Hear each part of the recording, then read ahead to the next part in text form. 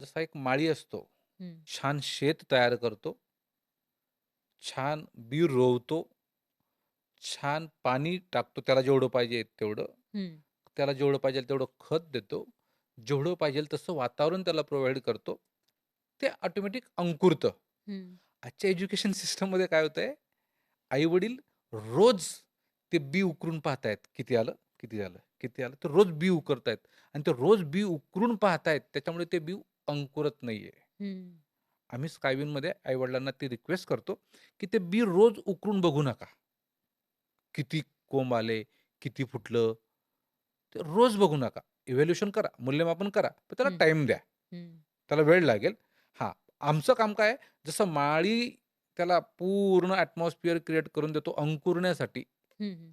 हां, तर तसं काम करून देतो आणि ते फुलतं, ते खुलतं, ते नर्चर होतं. पण अच्छा. त्याला वेळ लागतो.